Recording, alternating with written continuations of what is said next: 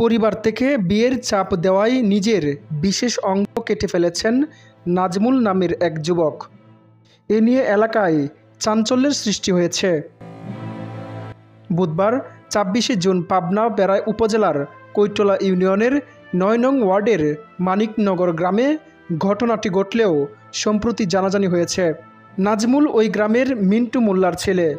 পরিবার ও প্রতিবেশী সূত্রে জানা যায়, নাজমুল পেশায় একজন ভিক্ষু চালক। তার ৩ বোনের মধ্যে বড় বোনের বিয়ে হয়েছে। নাজমুল মেজ, তার ছোট আরও ২টি বোন অবিবাহিত রয়েছে। তাকে পরিবার থেকে মাঝে মধ্যে বিয়ের কথা বলা হলে এতে সে রাজি হতো না। ঘটনার দিন দুপুরে তার পরিবার থেকে বিয়ের কথা বলা হলে সে বলে, আগে আমার বোনদের বিয়ে দিয়ে তারপর আমি বিয়ে করব। এ নিয়ে কথা কাটাকাটি হয়। পরে নাজমুল বাজার থেকে ব্লেড কিনে নিজেই পুরুষাঙ্গ কেটে বাথরুমে ফেলে দেয়। কিছুক্ষণ পর তার চিৎকারে সবাই তাকে উদ্ধার করে প্রথমে বেড়া উপজেলা স্বাস্থ্য কমপ্লেক্সে নিয়ে গেলে সেখানে তার অবস্থার অবনতি হলে কর্তব্যরত চিকিৎসক উন্নত চিকিৎসার জন্য ঢাকা মেডিকেল কলেজ হাসপাতালে পাঠায়। পরে জানা যায়, লিঙ্গ কাটার পর ৬ ঘন্টার মধ্যে অপারেশন করা গেলে তা জোড়া লাগানো সম্ভব।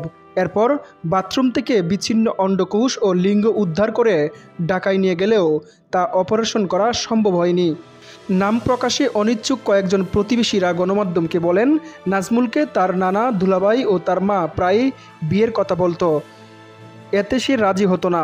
তবে ঘটনার দিন কেউ তাকে হিজড়া বলেছিল।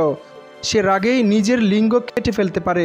ঘটনার সততা নিশ্চিত করে কৈটলা ইউনিয়নের ৯ নং ওয়ার্ডের ইউপি সদস্য মোহাম্মদ রফিক গণমাধ্যমকে বলেন, ঘটনার পর তাকে চিকিৎসার জন্য ঢাকায় নিয়ে গেলে পুলিশ কেস হওয়ায় হাসপাতালে তাকে তাৎক্ষণিক ভর্তি করা সম্ভব হয়নি। পরে ভর্তি করা গেলেও ৬ ঘন্টা পেরিয়ে যাওয়ার কারণে তার বিশেষ অঙ্গ জোড়া লাগানো সম্ভব হয়নি। নাজমুল এখনও পাবনা সদর হাসপাতালে ভর্তি আছে।